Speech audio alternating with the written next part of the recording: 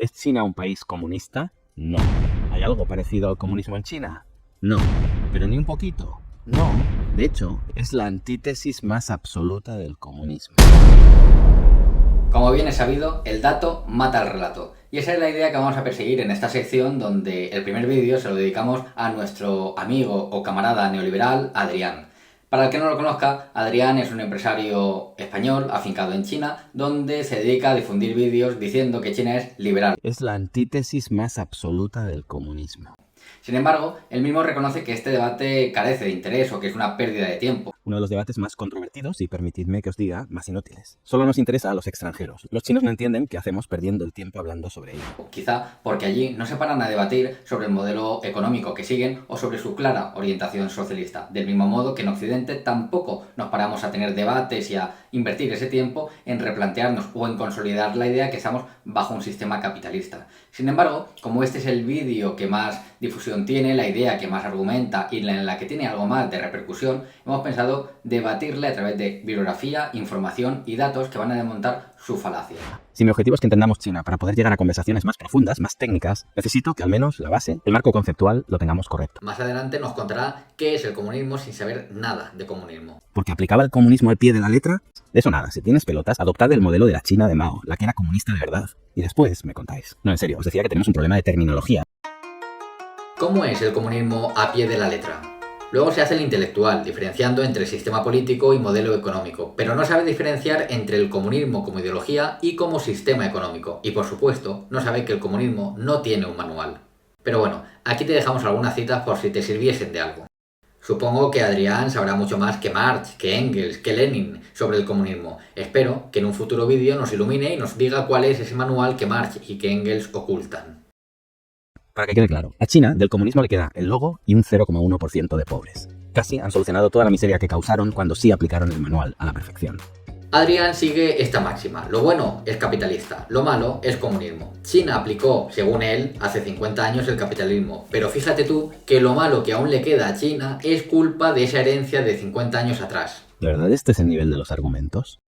Y cuando se escapan por la tangente y me dicen que no se declaran a sí mismos comunistas sino socialistas, les digo, de nuevo, que China es la antítesis más absoluta del socialismo. Ni modo, no dejo ni un resquicio para la duda. No es que quiera ganar 5-0 el partido, es que no les dejo celebrar ni un córner. En China no es que se socialicen mucho o poco las necesidades de los ciudadanos en forma de servicios estatales. Es que comparada con el resto del planeta no se socializa nada. Es el lugar más individualista del globo. No es que quiera ganar 5-0 el partido, es que no les dejo celebrar ni un córner.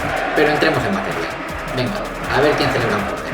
Vamos a explicarle en qué creemos que China es socialista, o por lo menos que tiene una orientación socialista. Pasemos por alto que el partido único que gobierna es el Partido Comunista, que tiene más de 100 millones de afiliados. Vamos, tan sobrados que ese detalle lo vamos a dejar pasar. También que en la propia Constitución hay artículos calcados de libros de Marx y de Engels, y que en dicha Constitución defienden un modelo socialista, con características chinas. Para comenzar, hay que recordar que el capitalismo se basa en la propiedad privada de los medios de producción, es decir, que las teorías liberales sostienen que el Estado no debe intervenir en la economía. ¿Por qué? Porque son las empresas las que regulan el mercado a través de eso que llamamos la mano invisible, la que va a generar un crecimiento económico, una paz y una prosperidad para el conjunto de la población. O al menos, esa es la teoría que repiten como dogma, aunque la realidad se empeña más bien en demostrar una y otra vez lo contrario. Que China es la antítesis más absoluta del socialismo.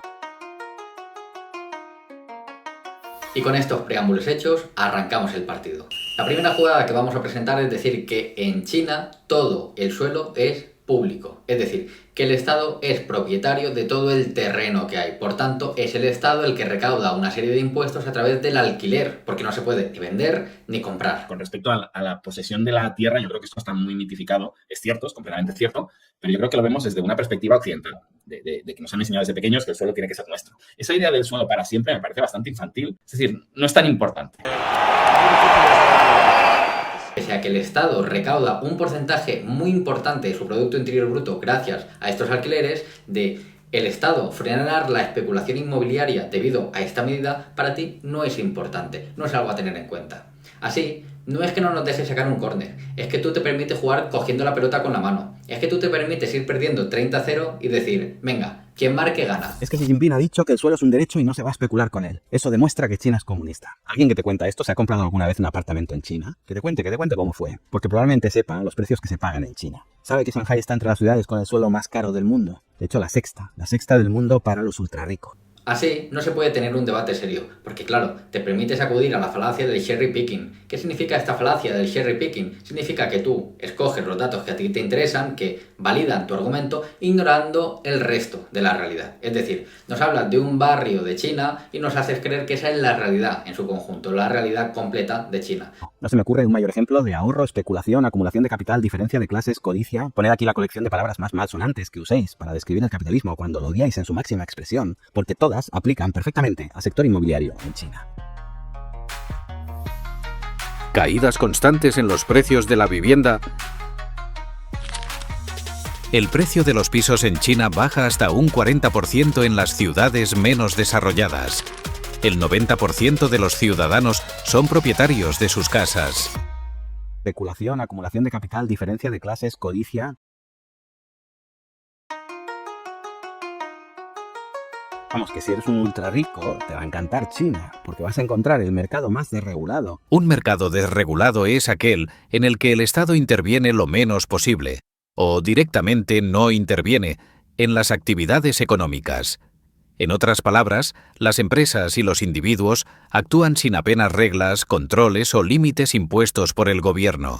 Por tanto, por esta regla de tres, en un mercado desregulado, el gobierno chino no intervendría en la economía, pero prepárense. ¿No están en China prohibidas grandes macroempresas como Google, Instagram o Facebook? ¿Seguimos? En China, el porcentaje del salario pagado directamente por el Estado triplica a las tasas de España y de Estados Unidos. En cuanto al peso que tienen las empresas públicas en China respecto a la producción privada, es de un 40-45%. Sin embargo, en España el peso de lo público es de un 10-12% frente a lo privado, de un 88-90%. Y en Estados Unidos más de lo mismo. El público se lleva un 7-10% frente a lo privado, inmensamente superior, con un 90% o más. En este orden de cosas, hay que recordar que China tiene más de 150.000 empresas estatales y sobre todo las tiene situadas en sectores estratégicos como la banca, las energéticas, las telecomunicaciones, los transportes, la energía, la minería, y todo ello, cuando se obtienen beneficios, van directamente al Estado en forma de dividendos. Por ejemplo, vemos como los bancos estatales chinos como ICBC o Bank of China aportan miles de millones de yuanes al presupuesto estatal de cada año. China funciona de una manera muy diferente, y es que, bajo el modelo chino, el Estado mantiene la propiedad de bancos, de modo que cuando necesita préstamos, es decir, cuando necesita endeudarse, lo hacen con ellos mismos, de modo que no tienen que pagar esas altas tasas y esos altos porcentajes de interés que en Occidente sí lo hacemos. Permite identificar bastante bien hacia dónde van las cosas, y hacia dónde va la nuestra cosa, es hacia una enorme deuda. Generar esos altos tipos de interés que se terminan pagando a la banca privada. El gobierno fija los precios de ciertos productos o servicios como serían la energía, la electricidad, el gas, las telecomunicaciones, los medicamentos, el transporte. Ni modo, no dejo ni un resquicio para la duda. No es que quiera ganar 5-0 el partido, es que no les dejo celebrar ni un córner.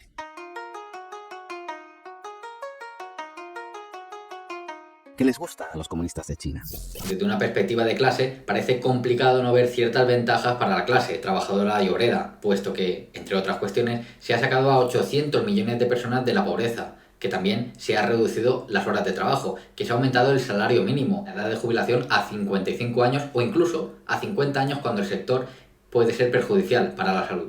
¿Queréis que dejemos a Adrián seguir corriendo de punta a punta en este loco partido? Tenemos que perder el tiempo en tonterías como que el Estado te pague el tratamiento de un puto cáncer y ni siquiera proporcione derechos básicos a sus trabajadores. Ya, claro. En China ha crecido la sanidad pública y se ha propuesto llegar a la universalización de la sanidad en 2030. El relato se te cae, Adri. El hospital más grande del mundo. Hoy tenemos 159 cirugías de cáncer de pulmón distribuidas en 25 quirófanos. Os voy a enseñar algo único en el mundo en este hospital, que es un quirófano. ¿Dónde está? 4 mesas quirúrgicas. Y sí, ya sé que China tiene muchas empresas públicas que le dan mucho dinero. Ese argumento ya lo desmontaré más adelante en un futuro vídeo, si os interesa. Igual que el de que en China el capital está al servicio del Estado y en Estados Unidos el Estado está al servicio de los capitales. Puedo hacer cualquiera de los dos vídeos, elegid. Estamos deseosos. Os comparto un vídeo que colgué hace unos días de Vicente Fox. En China hoy el comunismo o el régimen estatal de mantener la economía bajo el control del gobierno ya no existe. Hoy hay libre empresa, hoy hay neoliberalismo.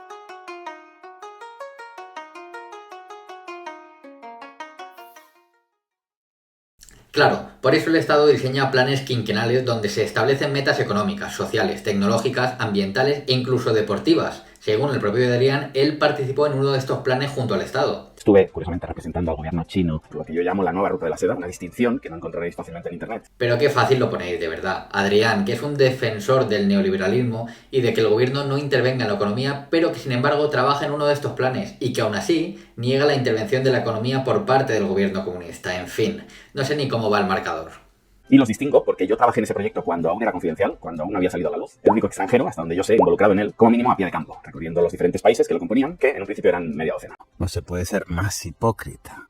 En China se fomenta la creación de cooperativas, empresas híbridas, es decir, público-privadas, e incluso de grandes conglomerados cooperativos que operan dentro de la economía nacional.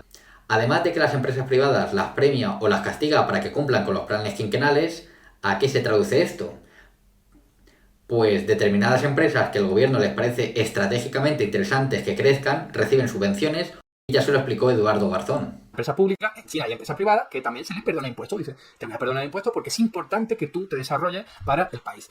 Ahí lo tenéis, el área azul, casi un 1,7%. Luego, mucho menos, la tierra, es decir, te doy propiedades, te doy locales, te doy fábricas para que puedas desarrollarte. Y luego, más pequeño todavía, tenemos el crédito, ¿no? Financiación más barata. Entre los sectores más subsidiados se encuentran aquellos que las autoridades suelen identificar como prioritarios, ¿vale? Esto es el Partido Comunista de China decidiendo cuáles son los sectores punteros y a quiénes se les va a ayudar y a quiénes no. Así de sencillo, planificación económica. Lo contrario del capitalismo puro y duro, lo contrario del liberalismo económico.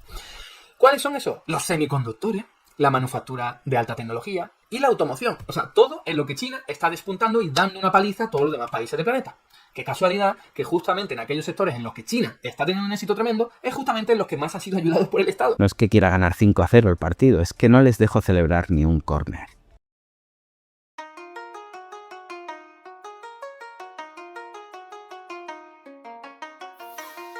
Bien es cierto que en China existen grandes fortunas y élites económicas, pero a diferencia de lo que ocurre en Occidente, están subordinadas al poder del Estado.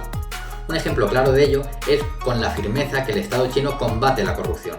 Mientras que en muchos países occidentales los casos de corrupción suelen resolverse con castigos leves para los políticos implicados y casi total impunidad para las empresas corruptoras, en China las sanciones son mucho más severas.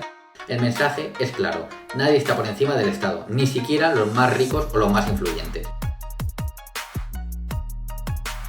En octubre del 2020, Jack Ma, el hombre más rico de China en aquella época, criticó públicamente a los reguladores chinos y al sistema bancario estatal, diciendo que el sistema financiero chino funciona como un club de ancianos, intentando crear un banco digital privado totalmente fuera del control del gobierno. El resultado, la salida a bolsa de Ant Group, la más grande del grupo, fue suspendida por orden del gobierno. Jack Ma desapareció de la escena pública durante varios meses y entre 2021 y 2022 perdió el control efectivo de sus empresas. Su fortuna cayó en más de un 50%. Para cualquiera, esto sería un claro ejemplo de intervencionismo estatal. Exacto, para cualquiera menos para nuestro audaz empresario neoliberal, que él no se queda en la superficie, sino que es capaz de ver mucho más allá. Lo que se encontró Jack Ma cuando se inventó un banco digital y desafió al sistema bancario estatal chino, amenazando con llevarlo a la quiebra. Muchas veces no se entiende y se explica como que el gobierno chino está muy presente en la economía, y este es un ejemplo de cómo se enfrenta a los empresarios que acumulan demasiado poder. Para nada. La realidad es la diametralmente opuesta. Los empresarios chinos de aquella época, todavía hoy, se encontraban en el país más desregulado del planeta con muchísima diferencia, y lo que sucede es que esa libertad en ocasiones atenta contra la propia existencia del Estado, en este caso poniendo en jaque a todo el sistema financiero estatal, y cuando esto ocurre, y ocurre de tanto en tanto, el gobierno se encuentra con una situación tan desbordante que le obliga a actuar de forma súbita, y a partir de ahí, de esa experiencia, genera regulación a futuro. Justamente lo que vivió Jack Ma fue la imprevisibilidad del sistema chino y una pantalla que aún no había sido programada. Y si esto le pasó a Jack Ma, el empresario más poderoso de China, imagínate a ti, como pyme, pidiendo certidumbres para invertir. Pero vaya salto con doble tirabuzón que intenta nuestro amigo Adrián. Es decir, cuando le quitan sus empresas y la mitad de su fortuna por criticar al gobierno chino, es un ejemplo claro de que el gobierno chino no es interventor. Pero claro, es que además demuestra que tú, europeo, tienes más intervención. Pleno de dieces, no lo ha dudado ninguno de los jueces después de ver este salto magnífico de gran dificultad. Y otro caso es el de Wu Xiaohui. ¿Quién es? Fue el presidente de Ant Bank. En 2018 fue sentenciado a 18 años de prisión por fraude económico. El Estado nacionalizó Ant Bank y transformó su estructura, y así unos muchos ejemplos más. Te pregunto, Adrián, ¿Qué país capitalista o ultracapitalista, según tú, es tan duro con las élites económicas? Si China es capitalista, yo quiero ese capitalismo aquí.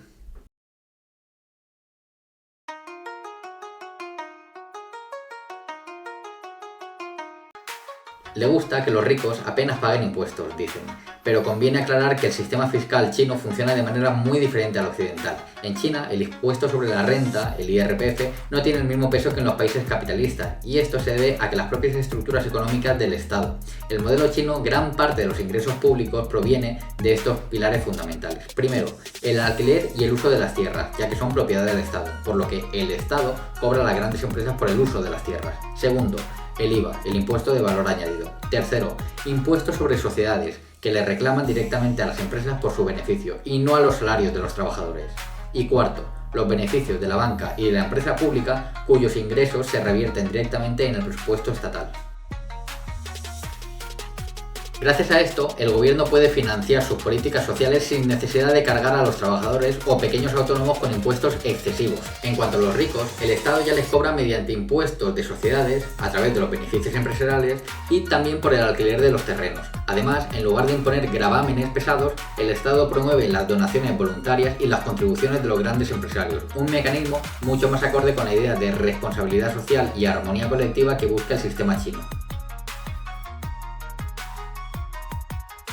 Entonces, ¿por qué los empresarios van a China y no a la Argentina de Milei? Porque el empresario va donde le permite ganar dinero y donde tiene unas condiciones materiales óptimas. Trabajadores formados, infraestructuras, gobiernos serios. El empresario no va donde le bajen los impuestos, va donde va a ganar más dinero. O si no, se irían a Botsuana, Haití o a aquellos que tienen una baja imposición fiscal.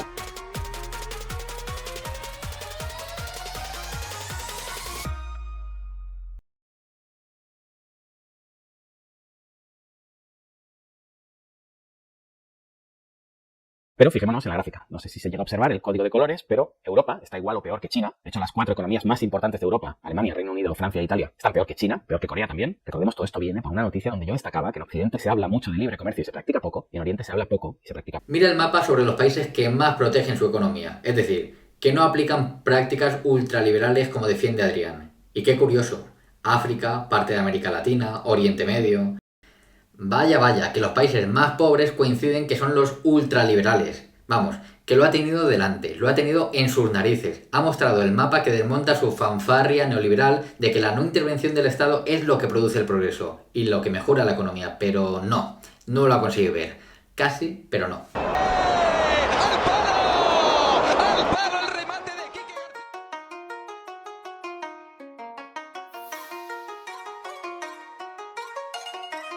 Es un país ultracapitalista que se va cerrando. Rayo defiende más el minarquismo, pero desde luego hay muchos sectores donde China se aproxima más a lo que Rayo defiende que, evidentemente, Europa, que es extraordinariamente más intervencionista. Lo cierto es que más allá del discurso, la estructura económica china combina planificación estatal, propiedad pública y formas colectivas de producción. Y esto, sumado a la banca pública y a que todo el territorio y el suelo pertenece al Estado, dista mucho de ser esa caricatura neoliberal que algunos tratan de atribuirle.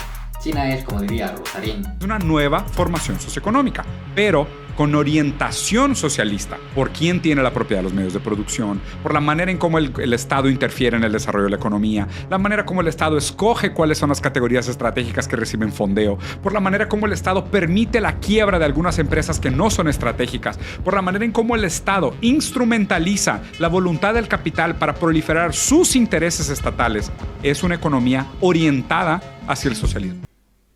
Haremos una segunda parte porque nos ha quedado de perlas el espacio para desmentir falacias como que a los zurdos no gusta Putin, ese plan secreto ultraliberal de China o que por ejemplo su crecimiento no tiene nada que ver con las medidas del gobierno. Nos vemos pronto. Manual Anti-Fake.